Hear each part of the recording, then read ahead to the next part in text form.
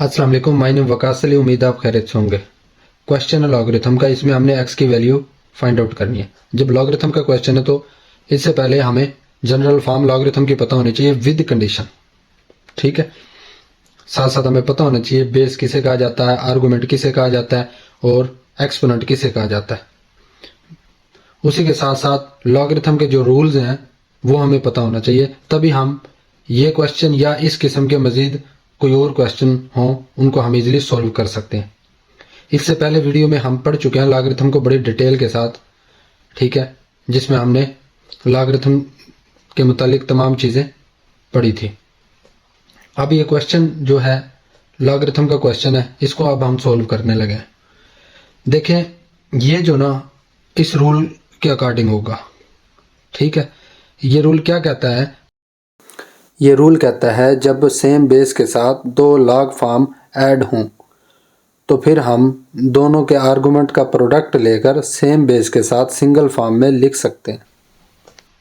अब यहाँ पर नोट करें, पहले मैं आपको ये बता दूं कि ये फॉर्म जो ना बेसिकली होती है लॉगरिथम की जनरल फॉर्म। ठीक है, इसमें a होता है हमारे पास बेस, y होता है हमारे पास आर्गुमेंट और x होता है हमारे पास एक्सपोनेंट। एक्सपोनेंट कह लें, इसको पावर कह लें या फिर इसको लॉग वैल्यू कह लें। बेस के लिए जो कंडीशन होती है, बेस हमेशा ग्रेटर देन 0 होगा लेकिन 1 नहीं होगा। आर्गुमेंट के लिए कंडीशन यह है कि यह हमेशा पॉजिटिव होगा यानी ग्रेटर देन 0 होगा, और यह एक्सपोनेंट जो है कोई रियल नंबर होगा, जैसा कि यहां पर रियल नंबर है 3। तो ये तो है लॉगरिथम की जनरल फॉर्म और कंडीशंस। ठीक है, हम जो है इसको लिखेंगे, ये जो सवाल है इसको मैं लिखता हूं log बेस 2 और इसको कंसिडर कर लेता हूं a के इक्वल प्लस log 2 इसको कंसिडर कर लेता हूं b के इक्वल 3।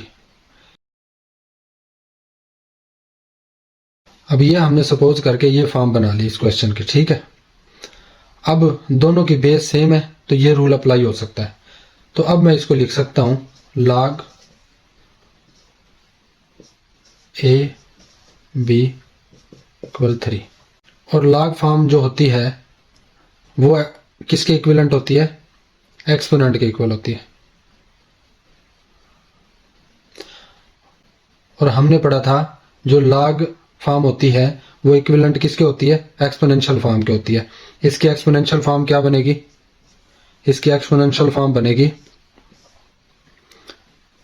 ये क्या, बेस लिखेंगे पहले, फिर एक्सपोनेंट ऊपर लिखेंगे पावर में और इक्विवेलेंट में चला जाएगा ये आर्गुमेंट।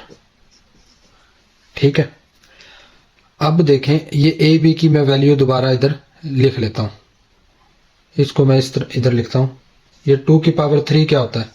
2 की पावर 3 होता है 2 multiply by 2 multiply by 2 equal 8। ठीक है, तो मैं यहां पर 8 लिख देता हूं इक्वल में ए बी। अब ए बी की जगह पे मैं क्या लिखता हूं? वही दोबारा x माइनस 1 और x माइनस 3। ठीक है, अब इसको मैं कर लेता हूं मल्टीप्लाई। इसको जो है इसके साथ, फिर इसको जो है इसके साथ।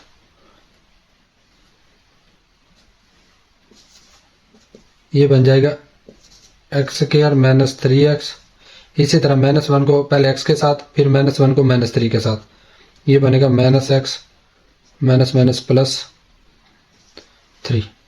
ठीक है, और ये इक्वल हो जाएगा हमारे पास, 8 को मैं इस तरफ ले आऊंगा, इस तरफ 0 बच जाएगा, एक्स स्क्वायर, ये minus 3x minus x, minus का 4x और ये प्लस का 3, 8 इस तरफ आके माइनस का 8 हो जाएगा, 0 एक्स स्क्वायर माइनस 4x और ये प्लस का 3 माइनस का 8 माइनस का 5 बच जाएगा। अब ये हमारे पास इक्वेशन बन गई है।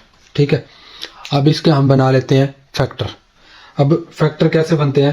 फैक्टर बनते हैं, इसको जो ना आप तोड़ते हैं, ठीक है, इस फॉर्म में तोड़ेंगे कि ऐड करें या सब्ट्रैक्ट करें तो यही नंबर बने, और अगर उनको मल्टीप्लाई करें तो इन दो का प्रोडक्ट बने। इन दो का प्रोडक्ट क्या है? -5 को एक्स स्क्वायर के साथ मल्टीप्लाई करें, इन दो का प्रोडक्ट -5 एक्स स्क्वायर। अब इसको मैं कैसे तोड़ूं देखें। अगर मैं इसको लिख लूं -5x और +x, अब इनको दो को ऐड करूं तो -4x आता है, और इन दो को मल्टीप्लाई करूं तो -5x स्क्वायर आता है, ठीक है। तो मैंने क्या किया फिर, एक्स स्क्वायर -5x + x -5, ठीक है। अब ये देखें, ये एक्स स्क्वायर इन दो में से मैं कॉमन लेता हूं, इन दो में से x कॉमन, ठीक है, तो ये अंदर बच जाएगा x -5। अच्छा, इन दो में से कुछ कॉमन नहीं है तो मैं क्या करता हूं, 1 कॉमन ले लेता हूं, ठीक है, x -5। अब इसको मैं लिख सकता हूं x + 1, ये x और ये +1, और ये सेम है, 1 टाइम लिखा जाएंगे। अब देखें इसका मतलब क्या होता है, या तो ये 0 के इक्वल है या फिर ये 0 के इक्वल है, ठीक है। तो हम इसको लिखते हैं x + 1 = 0, या फिर x -5 = 0, ठीक है। मतलब यहां पर x की वैल्यू आएगी -1 और यहां पर x की वैल्यू आएगी -5, उस तरफ जाके 5। ये दो वैल्यू हमारे पास आ गई है, ठीक है। अब देखें, जैसा कि आर्गुमेंट में वेरिएबल x मौजूद है ना, जिसकी वैल्यू हमने फाइंड आउट करनी है, और आर्गुमेंट के लिए क्या शराइत है, आर्गुमेंट y यहाँ पर है ना, जनरल फॉर्म में लिखा हुआ। आर्गुमेंट के लिए शराइत है हमेशा कोई पॉजिटिव नंबर हो, यानी ग्रेटर देन 0 हो। अब यहां पर दो है, एक वैल्यू है -1 और एक वैल्यू है +5, ठीक है। लेकिन हम डायरेक्ट बता सकते हैं कि x की वैल्यू हम 5 लिखेंगे, क्योंकि x की आर्गुमेंट हमेशा पॉजिटिव होगा। लेकिन आपको हम ये रूल बताना चाहिए, आपने क्या करना है, यहां पर आर्गुमेंट है 2, तो आपने यहां पर लिखना है कि x -1 ग्रेटर देन 0, ठीक है। तो यहां जो है इसका मतलब 1 से बड़ी वैल्यू।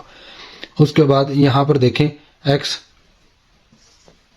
-3 ग्रेटर देन 0 होगा, ये आर्गुमेंट है ना, इसका मतलब आर्गुमेंट ग्रेटर देन 0 होना चाहिए, और ये भी आर्गुमेंट है इसका, तो इसका मतलब ये ग्रेटर देन 0 होना चाहिए, इसलिए हमने ये लिखा ग्रेटर देन 0, और ये बन गई x की वैल्यू ग्रेटर देन 1। इसी तरह हमने इस आर्गुमेंट को लिखा कि ये ग्रेटर देन 0 होना चाहिए, तो ये बन गया x -3 ग्रेटर देन 0, और ये बन जाएगा -3 उस तरफ जाके प्लस का हो जाएगा।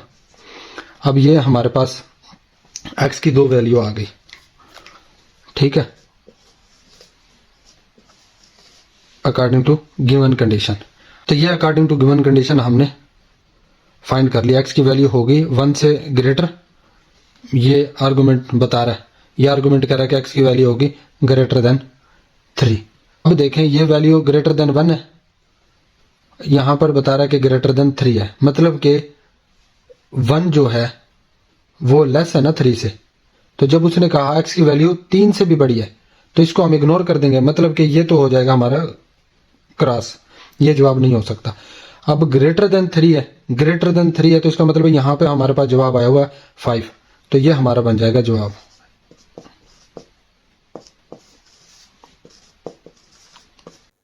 अगर आपका कोई क्वेश्चन है तो कमेंट सेक्शन में पूछ सकते हैं।